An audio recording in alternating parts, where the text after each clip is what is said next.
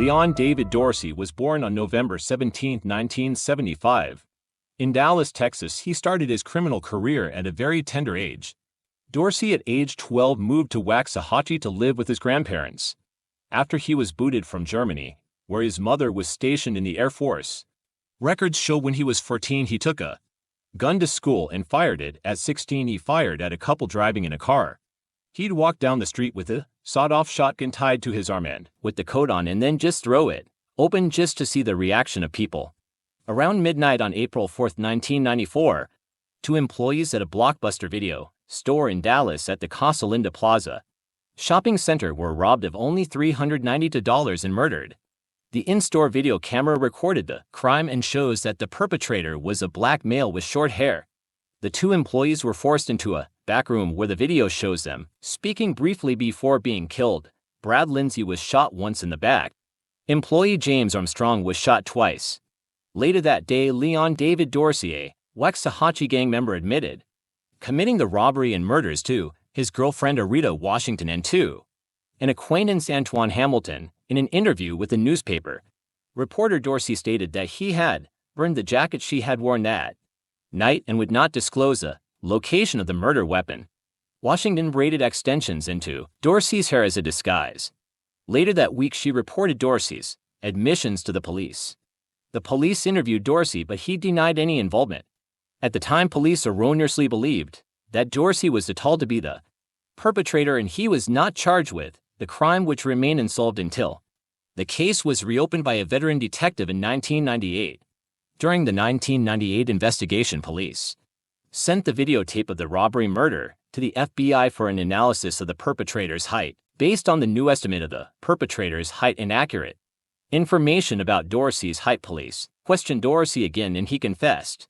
While awaiting trial, Dorsey again confessed to this offense during an interview with Dallas Morning News reporter Jason Sickles. In the interview, Dorsey blamed the victims for their deaths and said they could be alive today, but they didn't use their choice wisely, he said. Dorsey told the reporter that he feels no remorse for killing James Armstrong and Brad Lindsay. He said their families should not dwell on their deaths, comparing it to losing $1,000 in a craps game. They're dead. That's over and done with, he said. Why are you going to sit there and worrying yourself about that? Move on. I could have came in here and been, oh, I'm sorry, I'm so bad, but I don't feel like that. That's not being honest with myself. Dorsey told Mr. Sickles that he was drunk and high when he went to the Blockbuster in search of cash and that one of the men probably angered him, but he doesn't remember who or how. One of them had to be bumping me or talking, he said. One of them did, or I wouldn't have did it like that. I killed the second person because the first person up. I had a tendency to dehumanize a person in a situation, Dorsey said. If I was robbing you and you studied up, I could you up and say that was business. If you cooperated, you could walk away from it easily. A week before trial, Dorsey admitted committing the murders to a fellow inmate. Dorsey, whose nickname was Pistol Pete, also sent a letter to another inmate, Roderick Finley, offering him $5,000 to take the blame for the murders. The police had previously suspected Finley of committing the crime. In all, Dorsey confessed to 5 different persons: his girlfriend, an acquaintance, the police and news reporter, and a fellow inmate.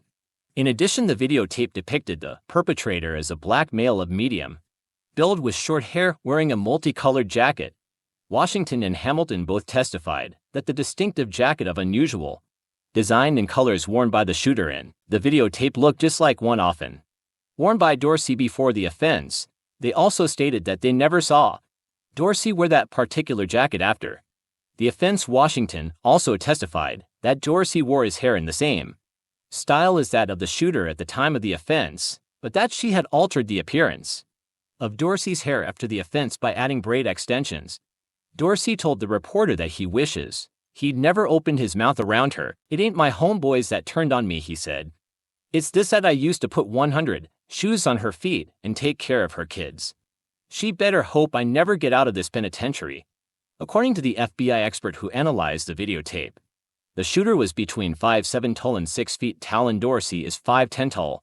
5 months after the video store killings, Dorsey killed a 51-year-old Korean woman Hyun Sek John at the convenience store she managed in English south of Dallas. Dorsey and a co-defendant entered a food store, fatally shooting the woman, then fled the scene with an unknown amount of money.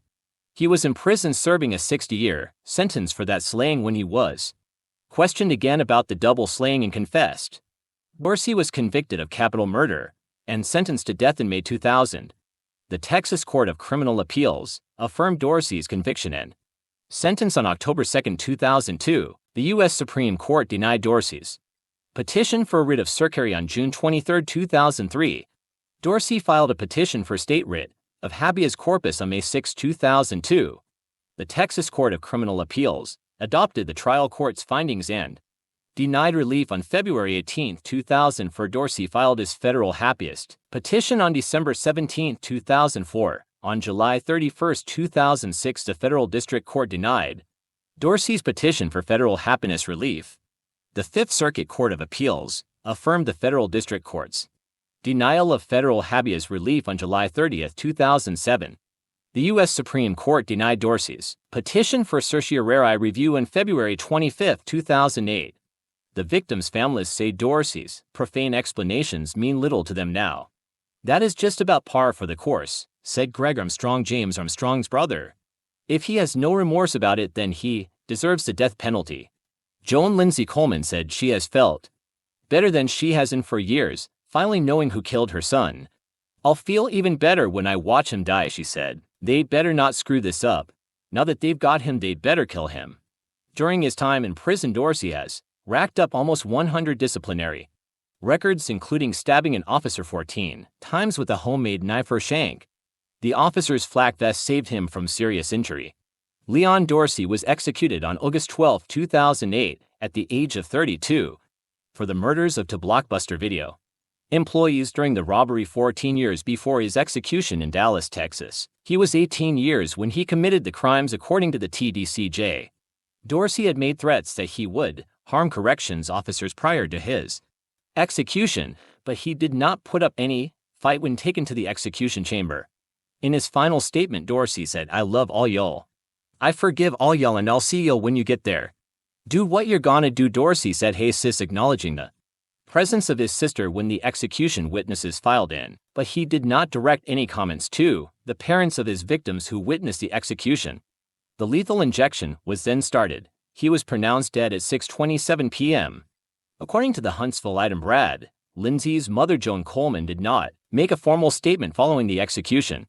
James Armstrong's parents, Gerald and Nancy Armstrong, released a letter to the media. "Losing James has been and always will be painful.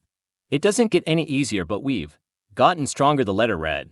"Viewing Dorsey's execution will not bring any happiness, but we've lived to see justice for James 14 years later, and we pray for Dorsey's father." In a segment of the letter, which appears to have been written by Nancy Armstrong, more detail is offered regarding her feelings about Dorsey.